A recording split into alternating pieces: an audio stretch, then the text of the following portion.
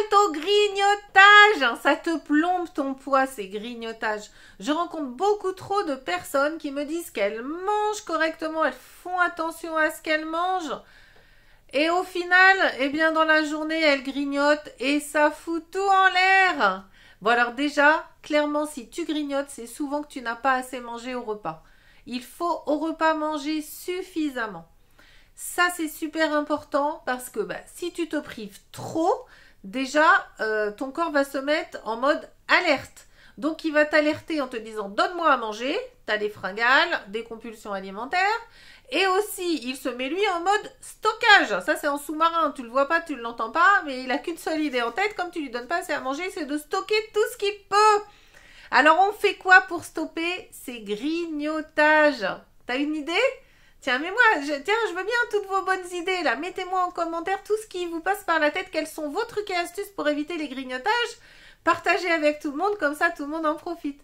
Mais je vais t'expliquer, moi, ce que je te conseille. Je suis coach en nutrition. Et moi, j'ai galéré longtemps. J'étais en obésité morbide. Et là, j'ai perdu 18 kilos. Donc, je suis sortie de l'obésité morbide grâce aux 3 piliers de la méthode Bip Bip. 3 piliers indissociables et indispensables pour pouvoir perdre du poids durablement. Ces piliers, je te les explique dans un groupe. Je t'explique toute la méthode étape par étape. Tout ce que tu veux savoir pour perdre du poids, clique sur le lien, c'est dans mon profil. Alors, la première astuce anti-grignotage, ça va être quoi? Un petit déjeuner protéiné. À chaque repas, tu dois manger des protéines, mais surtout au petit déjeuner. Et alors, attention, le petit déjeuner sans sucre. Le jus d'orange, c'est une bombe de sucre. La baguette de pain, c'est une bombe de sucre. La confiture, on n'en parle même pas. Je pense que ça vaut mieux. Petit déjeuner, de préférence salé.